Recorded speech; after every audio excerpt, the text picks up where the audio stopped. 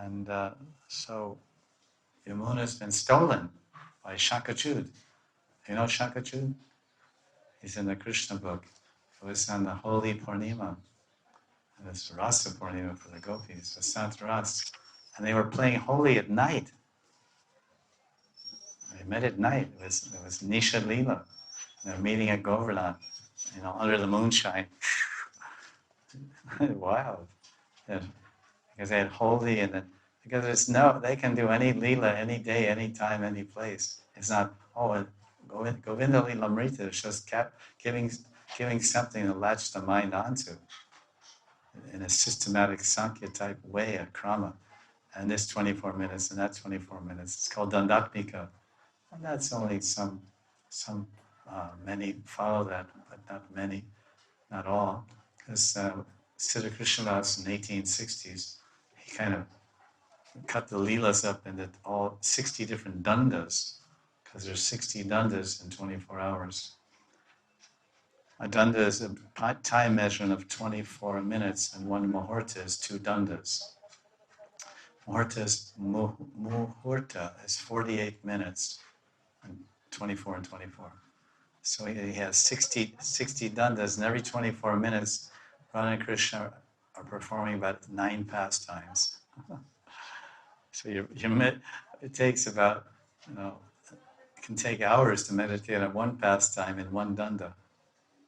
So there's different systems of Leela Smaran and for different levels of devotees, and different gurus teach in different methods, and it's quite a complicated science.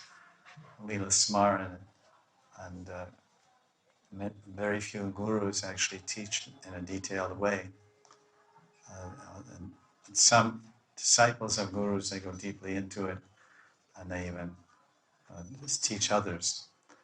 And why? Because during the time of 1860, when Siddha Krishnadas was here, he was himself a Shiksha Guru for hundreds of Babajis and saints of Vrindavan who had their Siddha Pranali and Diksha, but their personal gurus were not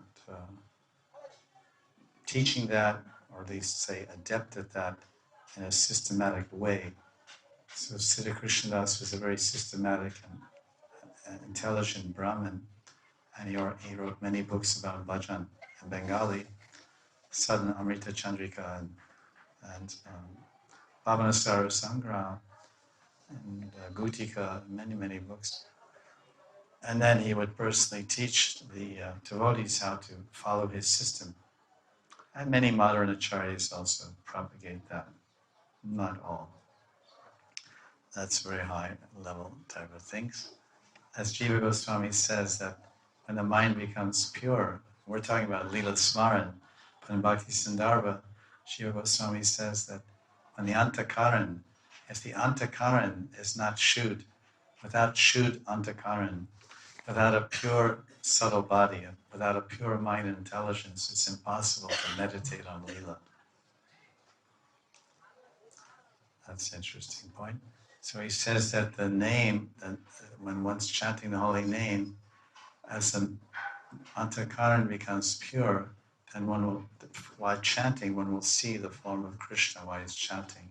He'll close his eyes and just chant and see the form, not his deity or not the form of Krishna.